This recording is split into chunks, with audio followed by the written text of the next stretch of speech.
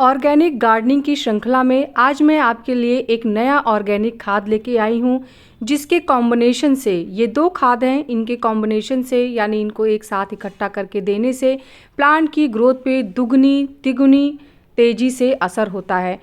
तो इसे कैसे देना है, चलिए फिर वीडियो में बात करते हैं। हेलो एवरीवन, कैसे हैं आप सब लोग। लव फॉर गार्डनिंग में आप लोगों का बहुत बहुत स्वागत है। तो आज जो मैं आपके लिए खाद लेके आई हूँ, इस खाद को अगर आप अपने प्लांट पे रेगुलर देंगे, जैसे कि मैं आपको आगे वीडियो में बताऊंगी, तो फिर उसके बाद आपको प्लांट में अलग से कुछ देने की ज़रूरत नहीं पड़ेगी, क्योंकि उस खाद में आपको nitrogen, phosphorus, potassium, iron, manganese, इस तरीके की और भी बहुत सारी ज़रूरत की चीज़ें होती हैं जो कि प्लांट की ग्रोथ के लिए बहुत ज़्यादा आवश्यक होती हैं। लेकिन आपको ये सब कुछ इन्हीं दो खादों में मिल जाएगा, तो फिर आपको अलग से बहुत एफर्ट करने की ज़रूरत नहीं है। ऑर्गेनिक जब हम गार्डनिंग करते हैं तो हमारे प्लांट में बहुत ज़्यादा अफेक्ट नहीं आता है। जैसे जब हम केमिकल खाद देते हैं तो एकाएक प्लांट की ग्रोथ तो बहुत अच्छी होती है, लेकिन उससे मिट्टी की जो क्वालिटी होती है वो ख़राब हो जाती है। आप देखिए प्लांट मेरे हरे भरे हैं, और ये सब ऑर्गेनिक खाद की वजह से ही है। मैं बहुत रेयर ही कोई केमिकल खाद यूज़ करती हूँ, अदरवाइज़ मेरे ज़्यादातर खाद सब ऑर्गेनिक होते हैं। चाहे तो वो वर्मी कंपोस्ट हुआ, या फिर घर में जो किचन वेस्ट होता है, या फिर जो और भी कुछ ऑर्गेनिक खाद होते हैं जो हमें मार्केट से या नर्सरी से मिल जाते हैं। तो इन सभी का जो प्रोसेस होता है, जो ऑर्गेनिक खाद होता है, वो हमारी मिट्टी को भी बहुत ज़्यादा रिच बनाता है, प्लांट को हेल्दी बनाता है। क्योंकि केमिकल खाद कहीं ना कहीं ग्रोथ तो दे देते हैं, लेकिन उसके बाद मिट्टी की क्वालिटी ख़राब होते ही फिर प्लांट अपने न्यूट्रिशंस नहीं ले पाता है। इसलिए मेरा एक ही सुझाव है कि जितना आप ऑर्गेनिक खाद अपने प्लांट को देंगे, उतना ही लंबी गार्डनिंग आप कर पाएंगे, मिट्टी की क्वालिटी भी अच्छी बनी रहेगी। तो इसी श्रृंखला को आगे बढ़ाते हुए आज जो मैं आपको खाद बता रही हूँ, ये दोनों ही खाद ऑर्गेनिक हैं, घर पे आसानी से मिल जाने वाले हैं। तो इनको कैसे यूज़ करना है, कैसे देना है, चलिए अब इन सब चीज़ों पे ध्यान दिया जाए। तो अब वीडियो को आगे बढ़ाते हैं। मैं आपको एक बार अपना मनी प्लांट दिखा देती हूँ। मेरे मनी प्लांट की भी इस समय बहुत अच्छी ग्रोथ हो रही है, और अगर आप जानना चाहेंगे कि मैं कैसे कैसे इसका प्रोसेस करती हूँ तो मुझे कमेंट करिएगा, तो मैं आपको पूरा डिटेल बताऊँगी। फिलहाल आप देखिए मेरे मनी प्लांट की काफ़ी अच्छी ग्रोथ हो रही है। तो अगर आपको मनी प्लांट की डिटेल वीडियो चाहिए या फिर एरिका पाम की डिटेल वीडियो चाहिए तो आप बताइएगा, कमेंट करिएगा। तो फिर अगर ज़्यादा कमेंट आए तो फिर मैं इससे रिलेटेड वीडियो जल्दी आप लोगों के साथ शेयर करूंगी। देखिए छोटी छोटी सी ग्रोथ भी इसके आनी शुरू हो गई है, क्योंकि ये मौसम इन्हीं लोगों का है। चलिए खैर, अब वीडियो के टॉपिक पे आते हैं और खाद के बारे में बात करते हैं। तो जिस चीज़ के बारे में मैं बात कर रही हूँ, ये हमारे किचन में ईजिली मिल जाने वाली एक दाल है। तो ये उड़द की दाल है, साबुत जो हरी वाली उड़द की दाल होती है ना, ये वही है। मतलब अगर आपको हरी उड़द मिल जाए तो वो आप उसको ले लीजिए, काली वाली उड़द मिल जाए तो आप उसको भी ले सकते हैं। अगर ये जैसे ये साबुत है, अगर आपको जो टूटी हुई दाल होती है वो मिल जाए तो वो भी आप ले सकते हैं। मतलब कुल मिला के आपको उड़द की दाल लेनी है। और हाँ, मसूर की दाल भी आप इस्तेमाल कर सकते हैं। मैंने इससे रिलेटेड वीडियो भी आप लोगों के साथ शेयर की थी, काफ़ी अच्छा आप लोगों ने रेस्पॉन्स भी दिया था। तो उसी श्रृंखला को आगे बढ़ाते हुए आज मैं उड़द की दाल लेके आप लोगों के सामने आई हूँ। इसमें अभी एक चीज़ और मिलानी है, तो वो कैसे प्रोसेस होगा वो भी आगे मैं आपको बताऊँगी। तो अभी फ़िलहाल मैंने 1 कटोरी यहाँ पे उड़द की दाल ले ली है। उस उड़द की दाल में मैंने आधा लीटर पानी मिक्स कर दिया है। तो आप चाहे तो आधे से 1 लीटर पानी भी डाल सकते हैं, क्योंकि इसको हमें सोक करना है। तो अगर आप रात भर भिगा सकते हैं तो भी अच्छी बात है, नहीं कम से कम आपको 5 घंटा तो इसको भिगाना होगा।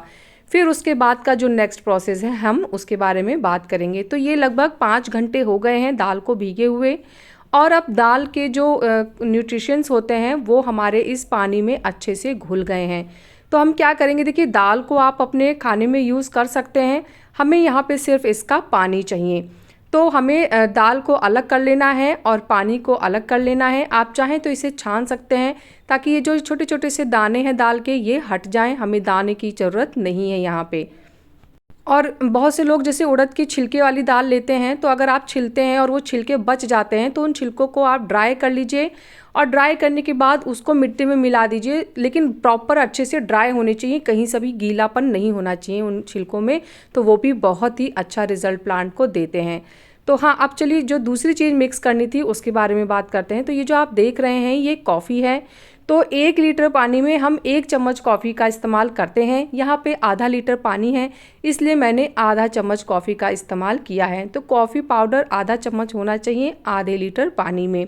तो आप ये अंदाज़ा रख लेंगे कि 1 लीटर पानी में 1 चम्मच, तो फिर आपके पास जितना भी पानी होगा आप उस हिसाब से इसको कम ज़्यादा कर सकते हैं। अब इसमें जब मैंने कॉफ़ी डाल दी है, अब इसे अच्छे से मिक्स कर लेना है। और मिक्स करने के बाद आप इस खाद को प्लांट में जब देंगे ना, तो इसके जो फ़ायदे हैं अब मैं आपको वो बताती हूँ कि इसको देने से क्या क्या फ़ायदे हमारे प्लांट्स को मिलते हैं और इसे कब देना है, कितना देना है।